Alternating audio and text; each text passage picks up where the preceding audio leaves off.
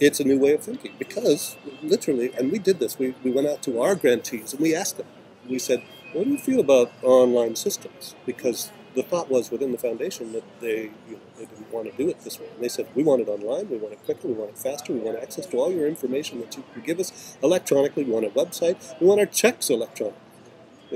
We want this because it makes our lives easier.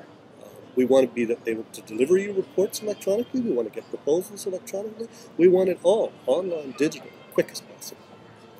Because they live in a world that is competitive. They live in like it or not, they live in a world where they have to manipulate data. And every time we put them through a hoop, we make it more difficult. This is a nice transition to the issue around foundations. I mean, you obviously work in a foundation, so you have a good insight into what that world looks like. I don't know if I have that. I have an insight into some foundations. Okay, all right. I think they're all uniquely different. Yeah, or uniquely the same. Well, in relation to ICT, how are they uniquely the same? Fundamentally, we do the same thing. We work with grantees, and we give away money. So there are fundamental processes that are pretty much the same. Okay, all right. In many ways, we're like bankers, right? Fairly boring set of procedures.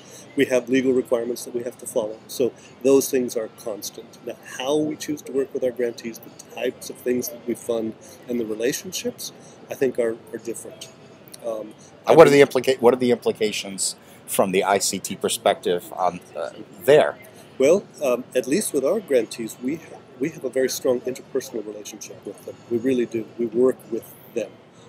It's not so much a grantor-grantee relationship. They send you paper, we send them back checks.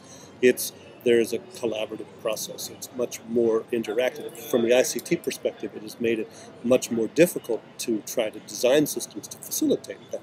Because almost at every turn they say, don't put something between us and them. Right? We want them closer to us, not further away. We don't want them to, out on a second-tier system. We don't want to just interact through a website. We want to talk to them. We want to interact with them. How does that get? A lot of community foundations, particularly in smaller foundations that I work with, I find that particular challenge and the articulation that you just made of it is the primary barrier. Yeah, it is. Now, to the adoption of the very tools that will make it easier. That, in fact, not just make it easier, make even the interaction richer. Absolutely. And the interesting thing is that there's an assumption there that these tools will get in the way. Exactly. And it's not a true assumption.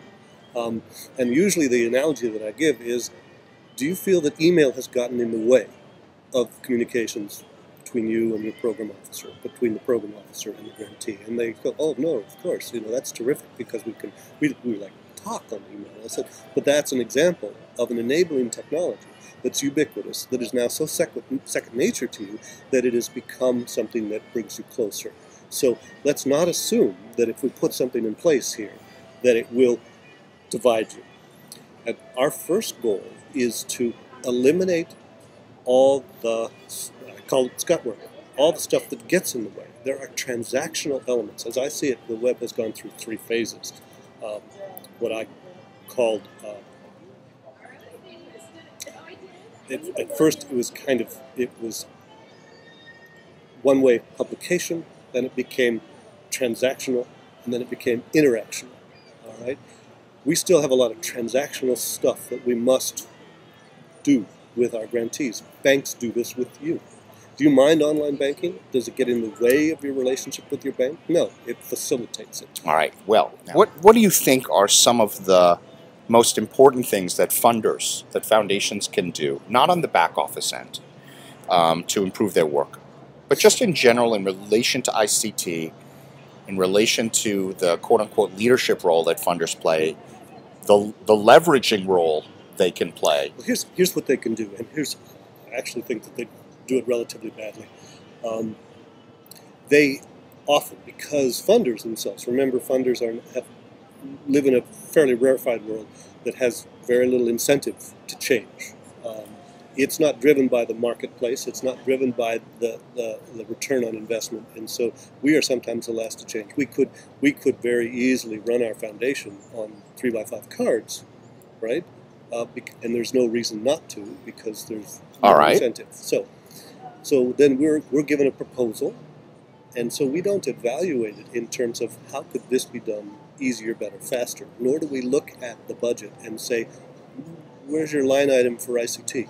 Where's your line item for training?